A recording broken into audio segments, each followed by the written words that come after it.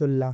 কোরআন ও জীবন চ্যানেলের পক্ষ থেকে আপনাদের সবাইকে আন্তরিক শুভেচ্ছা। আমরা আমাদের প্রতিদিনের জীবনে অসংখ্য কাজ করি। কেউ ইবাদত করি, কেউ ব্যবসা করি, আবার কেউ মানুষের সেবা করি। কিন্তু আপনি কি জানেন আপনার এই কাজগুলো কি আল্লাহর কাছে কবুল হচ্ছে নাকি সব পরিশ্রম বৃথা যাচ্ছে? আপনার প্রতিটি কাজের সওয়াব বা ফলাফল নির্ভর করে একই মাত্র বিষয়ের উপর। আজ আমরা ইসলামের সবচেয়ে গুরুত্বপূর্ণ একটি হাদিস নিয়ে আলোচনা করব। ইসলামের দ্বিতীয় খলিফা আমিরুল মুমিনিন হযরত উমর ইবনে খাত্তাব রাদিয়াল্লাহু তাআলা থেকে বর্ণিত একটি অত্যন্ত প্রসিদ্ধ হাদিস দিয়ে আমরা আজকের আলোচনা শুরু করছি। রাসূল সাল্লাল্লাহু আলাইহি ওয়াসাল্লাম ইরশাদ করেছেন, নিশ্চয় প্রতিটি কাজ নিয়তের উপর নির্ভরশীল, আর প্রত্যেক ব্যক্তি তাই পাবে যা সে নিয়ত করেছে। সহিহ বুখারী ও মুসলিম। এই হাদিসটি কেন বলা হয়েছিল তার পিছনে একটি চমৎকার শিক্ষা রয়েছে। ইসলামের ইতিহাসে